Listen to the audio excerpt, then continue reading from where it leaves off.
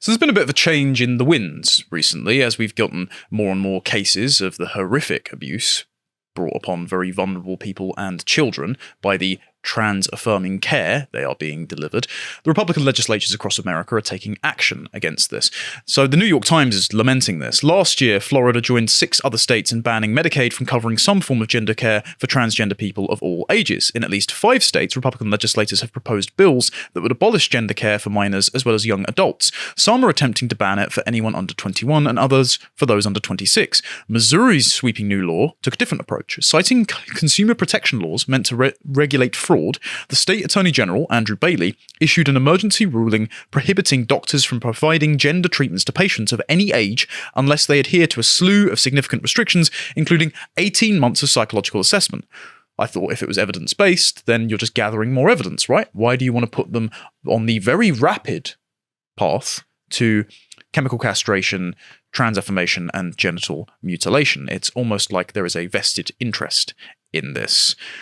So the bans are the other side of the coin to the logic that if trans is right in all times and all places, then it must be right despite all ages, right? This is the Michael Knowles dichotomy in the debate he recently had with Brad Palumbo. If you accept trans, the proposition that men can become women and women can become men, and you can be something in between, like a non-binary alien or something, then it doesn't matter about age restrictions.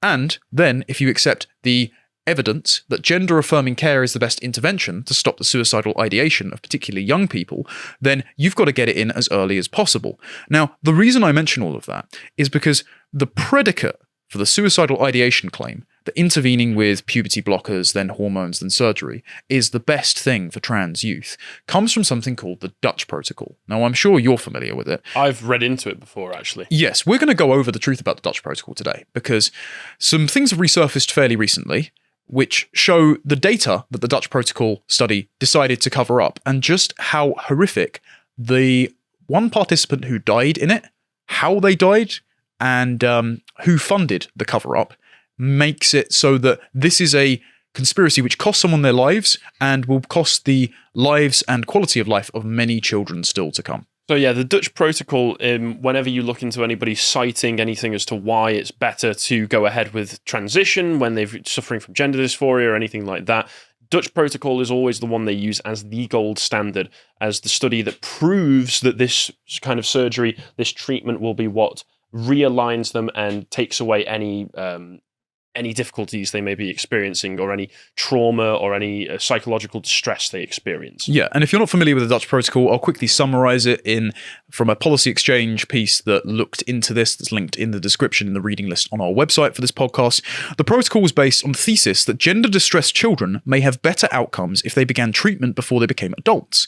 The results of the study appeared positive. Subsequently, the prescription of puberty blockers for younger children became the international standard for treating gender dysphoria. In recent years, the protocol has been discredited on the basis that the study had serious methodological flaws, principally the fact that it only included positive outcomes in the results. It judged success on how well puberty blockers suppressed puberty in gender dysphoric teenagers, but not how well they resolved their gender dysphoria.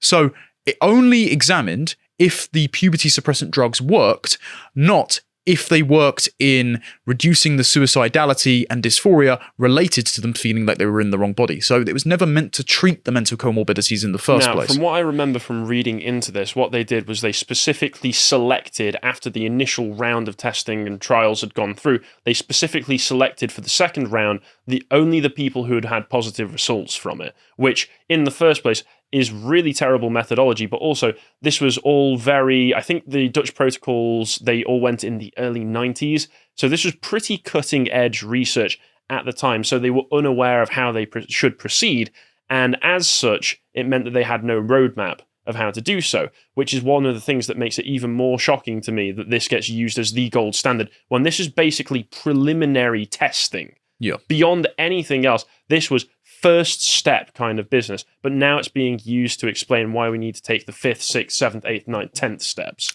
The most shocking part is the fact that on the basis that puberty blockers had halted their genitals from developing enough for standard cross-sex surgery to take place, one participant in the Dutch protocol died as a result of pubertal suppression, and this patient's case was omitted from the final study. And so the post-millennial here have dug into exactly what happened with this person.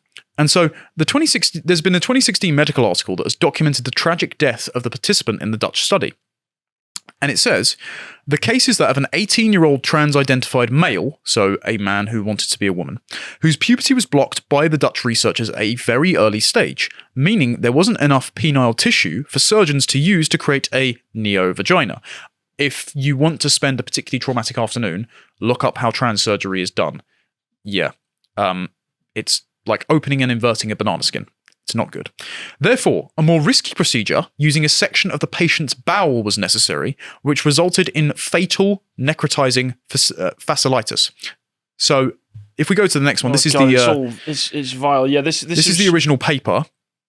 I'm going to still read from the summary from the post-millennial article in a moment. I also wanted to go to this tweet here, and I hope this has been blurred. We're not going to show that. Go over to it, though, because Billboard Chris has posted the photos of the autopsy. I won't be rushing to this anytime soon. I have included this in the sources just so you can understand it for yourself. It is the fact that people can conduct this medieval torture method on someone and still sleep at night is horrific. The problem for me is this assumption that this... Now, obviously, it's based off of the Dutch protocol, but even testing it back then, the idea that gender dysphoria, if you want to accept that gender dysphoria in the first place, is its own distinct and not something that is actually a symptom of other more fundamental problems that you may be experiencing in your life that's more related to anxiety and depression, or in many cases, even autogynephilia, or sexual fetishes. Sexual abuse as children. Sexual abuse. The idea that, like you say, this barbaric medieval torture methods, suppressing children's puberty and other such things are the best ways to handle this rather than just therapy. Actually not affirming therapy, because affirming therapy just means, oh, you think you're a girl? Great, we'll get the hormones sorted for you. Well, this is the only mental issue, I'm not sure what we can even say for YouTube, so it might have just been blurred out, that we treat by bringing the body in line with the ailing mind. We do not give liposuction to anorexics. We do not open the wrists of schizophrenics who think they have demons in their blood. That would be cruel and damaging. But instead, for this particular issue, we say that the malady, the misalignment is what's true, and the body and nature itself is wrong. And there is absolutely no way to have a peaceful life living at odds with reality. So, and in many cases that I've seen, it just seems that the solution, this cure, is worse than the ailment in the first place. Yes, and this is cost. In the long run. In the short term, you might see some people saying, I feel so much better, I feel like I'm realigned. But in the long term, most people, 99% of people are going to come out and say, no, this hasn't worked for me. And even those that don't say it, it's because they have a sunk cost fallacy, but they still know deep down that they are not what they would like to be and would like to approximate. And this has lethal consequences. So reading from that post-millennial article earlier, this is the summary of what this participant, who is omitted from the study, the last few hours of their lives and what they went through. Major complications began within 24 hours of the surgery, and necrotizing fasciitis was confirmed in the days that followed. Despite large doses of intravenous antibiotics and repeated surgical debridement, the previously healthy patient went into multiple organ failure and bless you, and died. The investigation into the young person's death revealed that the deadly strain of E. coli most likely came from the patient's own intestines, not from the hospital setting, meaning that the more risky vaginoplasty surgery necessary due to early puberty suppression almost certainly caused the fatality. Instead of using the penile tissue, they will have to use some of your colon, explained Dr. Michael Biggs, who was involved in the ongoing case to close a Tavistock clinic at the time. Now, of course, that means opening up your intestines, and that's obviously a much riskier way of doing it because you have a different site, and of course, intestines are also messy. What a nice way to serve that particular fatal error. Biggs went on to say that the Dutch team do not acknowledge that the young person's death was not due to a random hospital infection, but rather an indirect consequence of puberty suppression. They are still lying to this day, and this is the foundation for using puberty blockers to suppress puberty in young children who are confused about their gender identity and their body. This cost a life, and they're still lying. Even outside of that, the indirect consequence of puberty suppression in the first... Why? Okay, if you don't have the tissue to go with the surgery, not that I think the surgery is a good idea in the first place, but who thought that this was a good idea in the first... Oh, let's just take a bit of his colon. I see no issues with this. Let's take some of his intestines. There's nothing wrong with that. We know that we know we've said here that it's messy, but Jesus Christ. Yeah, but we're going to get onto the psychology of the kind of people that affirm this in a moment, but let it not be forgotten that the first person to attempt a womb transplant, who is the fella that Eddie Redmayne played in The Danish Girl, went to Dr. Magnus Hirschfeld. Oh, he died as well, didn't he? Yeah, he died of organ failure and blood poisoning because he took a foreign organ into his body and it shut down. So these people are casualties on the long arc of transhumanist progress. And basically, this dead child can be, well, child when they took puberty-suppressing drugs, adult when they were mutilated, but they still had the mindset of a child, clearly, because puberty blockers actually do augment your ability to have cognitive development as well, so they couldn't even consent to the later treatments. This person is a casualty in progressives' long crusade to bring their bodies in line with their self-conceptions and free the will from the body. So it doesn't matter that this person's suffering actually happened. We can just forget about it and keep moving on and keep trying next time. That's the mentality. This article also mentions Jazz Jennings. Now, you may wonder why I'm bringing this up specifically, because Jazz has been used as an example of how this can be successful, because Jazz from an early age was a boy, put on puberty blockers. There are children's books in schools about Jazz Jennings. Supposedly co-written by Jazz, called I Am Jazz, and Jazz also has an entire TV series, and we're going to be watching a clip from that in a second. Jennings' puberty was blocked from a very early age, meaning standard vaginoplasty was not possible. Jennings required 3 corrective surgeries, still struggles in the dating world, and has never experienced an orgasm. Dr. Marcy Bowers, Jennings' surgeon and president of the World Professional Association for Transgender Health, is on record saying that all boys who have had their puberty blocked early will never experience an orgasm, which surely cast doubt on the Dutch researchers' conclusion that vaginal reconstruction has a positive influence on the quality of life in transgender women.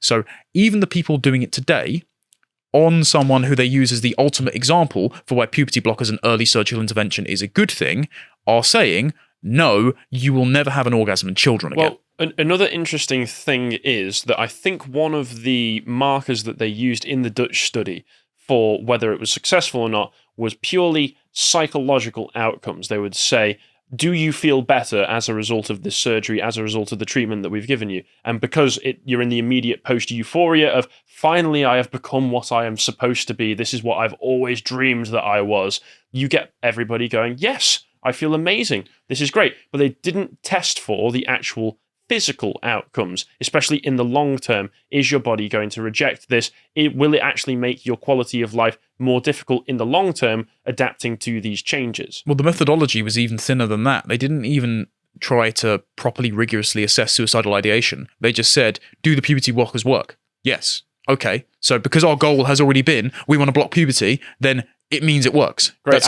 Our drugs that we've administered for you that were purpose-built to chemically castrate prisoners have turned out to be successful at chemically castrating teenagers. Brilliant. We are on the right path here. We'll talk about who developed the drugs later. Trust me. I've mentioned Jazz Jennings because if you'd like to know the mentality of the exact kind of people that will do this to children, we can watch a clip from Jazz Jennings' mother. I'm sorry that I'm going to subject you to this. This is horrific. Please play. But with her, I'm worried about like her mental well-being and her dilation. The minute she leaves my house, we have a dilation problem. That is a concern. When you don't have that watchful eye, they tend to go back to old patterns. I have woken Jazz out of a dead sleep and taken the dilator and put the lubrication on it and said, here, you take this and you put it in your vagina. If not, I will. But Jazz is bad, even when I'm home once a day. I will be so mad if she goes away to college and that thing seals up. I will wring her neck. Can you imagine? No, I can't imagine. Sorry, somebody made... Immediate prosecution for child abuse. Immediate. Somebody filmed this. Somebody did this interview. We've got a producer on the other end of the camera asking these questions. She has friends. Somebody edited all of this together, and they thought to themselves, yep, we're good people. Yeah, there's nothing wrong with this. For those that don't understand what's going on here... And people watch this as well. When you create a neo-vagina, the body treats it as a wound, so you have to repeatedly reopen it using a medical dilator. And Jazz is repeatedly not doing that, and so the mother is forcing Jazz to do so. So the mother is... I don't need to paint that picture anymore. Clearly, this is not a compassionate person. It's a deeply controlling and devouring person. And so it's unsurprising, if we go on to the next one, This is a paper that one of Tim Pool's writers has decided to cover.